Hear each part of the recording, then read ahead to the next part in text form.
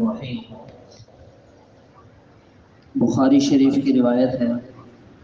آپ صلی اللہ علیہ وسلم نے فرمایا، اگر کسی کی اپنے بھائی کے ساتھ کوئی ظلم زیادتی ہوئی ہے تو وہ آج دنیا میں ہی اسے صاف کروا لے، قبل اس کے کہ وہ دن آ جائے جس دن نہ درہم ہوں گے نہ دینار ہوں گے، تو وہاں صفائی کے لیے ایک کی نیکیاں لے کر دوسرے کو دی جائیں گی،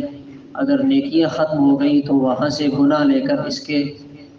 اس پر ڈال دیے جائیں گے اور یہ بندہ اس میں ناکام ہو جائے گا۔ تو دنیا میں حق ادا کر دینا، معافی مانگ لینا، معاف کروا لینا یہ بہت آسان ہے، مگر آخرت میں نیکیاں دینا بہت مشکل ہوگا، مگر اس کے علاوہ اور کوئی صورت نہیں ہوگی۔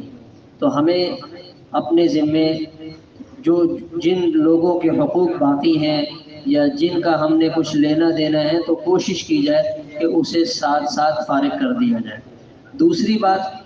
جو آپ صلی اللہ علیہ وسلم نے ارشاد فرمائے ہیں وہ قابل غور ہیں کہ کسی کے ساتھ ظلم زیادتی ہو رہی ہے مگر اس کے باوجود آپ نے فرمایا وہ آپ کا بھائی ہے۔ ایک بھائی تو وہ ہے جو خونی رشتے کا بھائی ہے، اس کو تو کوئی ختم کر ہی نہیں سکتا، کوئی 100 دفعہ بھی کہہ دے کہ آپ میرے بھائی نہیں ہو وہ نہیں ہو سکتا، جو ایک ماں باپ کی اولاد ہے وہ بھائی ہی رہیں گے۔